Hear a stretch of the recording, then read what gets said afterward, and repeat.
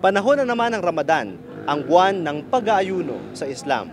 Makakasama natin si Ustadz Hanif Sarip, isa sa mga religious leader dito sa Metro Manila Muslim Community. Ustadz, ano po ba ang Ramadan?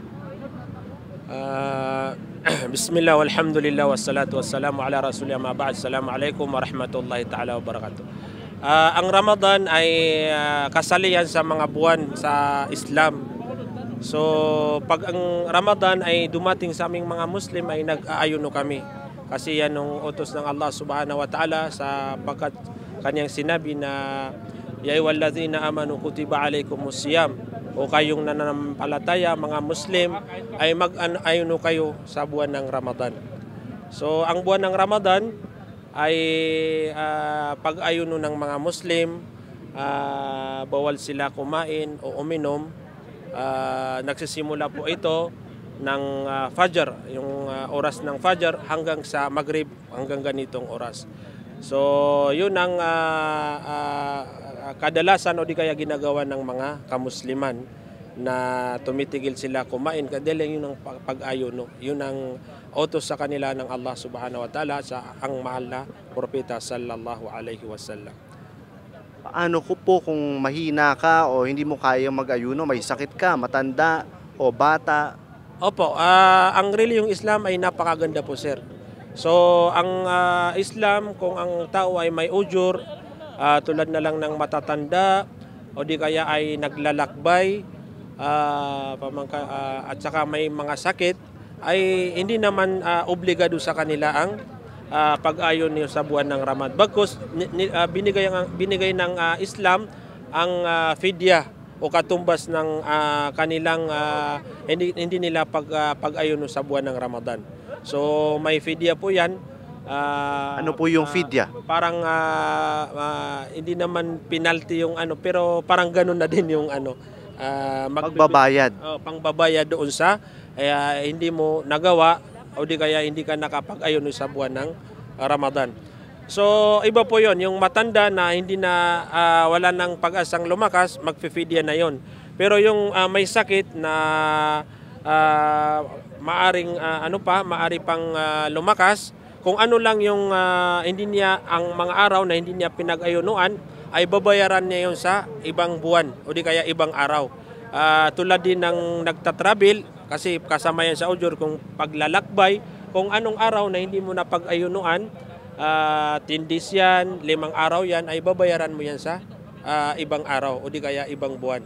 Pera lang po ba ang pwedeng fidya o meron po bang ibang mga katumbas? Okay. Ang fidya naman, ang binanggit ng ating mga ulama, ay ang nabanggit sa Quran ay ta'am, pagkain po. So, pagkain ang ibibigay na fidya sa mga matatanda o di kaya yung mga hindi na umaasa na gumaling sa Ramadan. So ang mga ulama naman natin ay nagsabi na pwede naman gawing pera yung fidya na yon. So ang barm ngayon, Allahu alam, kung hindi ako nagkakamali, binigay nila ng halaga na 3,000 yung fidya sa isang isang tao, isang Muslim na hindi kayang mag-ayuno sa buwan ng Ramadan. Paano po kung hindi rin kaya magbayad? Ang Allah subhanahu wa ta'ala naman, ang dakilang Allah, ay hindi naman kung ginawa niyang obligado ay kayang gawin na ng isang tao. Bagkus na sa'yo yung ujur, kung darating sa'yo na ang panahon na kaya mo naman, doon ka na magbigay sa panahon na kaya mo na. Oo. Kasi ang Allah subhanahu wa ta'ala ay napaka hindi niya pinipilit ang tao sa hindi naman niya kayang gawin. Opo. Paano nyo po natitiis yung gutom at lalo na yung uhaw? Buong araw, ang init pa naman po dito sa atin. Opo, kami namang mga Muslim ay nasanay na. Kasi simula na pag may mga bata sa amin na kahit pa hindi balik, kasi may taon niya, may edad yan na ang pagiging isang Muslim ay kung naging balik na ay obligado na sa kanya. Yung mga bata naman ay hindi sa kanila obligado. Pero may alhamdulillah sa aming mga mga anak o di kaya sa mga kabataan sa amin, sa mga Muslim, nasanay na mag-ayuno tuwing buwan ng Ramadan. So kami naman parang normal na sa amin kahit hindi kami kumain ng lunch kasi last lang yung mawawala eh. Ang nangyayari diyan, ang breakfast namin ay nagiging before Fajr na. Mga 4 AM, ganun, kumakain na kami, 4:30 kumakain na kami, hanggang sa dumating naman yung Maghrib, mga 6, ngayon 6:04 na, so kumakain na kami. So parang hindi naman mahirap yung sa mga kamuslim. Parang parang naiba lang yung nakasanayan natin na maglalunch tayo. Parang binaligtad lang yung ano. Pero mahirap pa rin, magtitiis kayo. Mahirap pa rin kasi ang totoong nag-uutos sa tao na mag-ayuno ay yung may takot sa Allah Subhanahu wa Ta'ala. Kasi maari naman na kung ikaw ay walang takot sa Allah, pumunta ka sa mga restaurant, kumain ka. Pero ang utos ng Allah sa pag-ayun ng buwan ng Ramadan ay natatanging gawain yan na hindi niya pinapasok ng pakikitang tao. Yang sabi ng Allah Subhanahu wa Ta'ala na as-sawmu li wa ana ajzi bihi. Ang saum ay ako ang magbibigay ng gantimpala, sa akin yan. Sinabi ng mga ulama, bakit ganon? Sinabi ng Allah, sinabi ng mahal na propeta ay dahil walang papakitang tao po ang pag-ayuno sa buwan ng Ramadan. Ikhlas yan ano ba yan? Tao na ang gumagawa, takot kay Allah Subhanahu wa Ta'ala. Opo. Bakit po mahalaga na mag-ayuno sa panahon ng Ramadan? Mahalaga po yan sa amin kasi ang mga hukom, pag ginawa ng Islam yan na obligado, ay mahalaga na ang isang Muslim ay pagbutihan na yun o gawin niya yun. Kasi pag ito ay hindi mo ginawa, ay mapaparusahan ka sa kabilang buhay. Ngunit pag ito naman ay ginawa mo, ay malaking gantimpala ng Allah Subhanahu wa Ta'ala.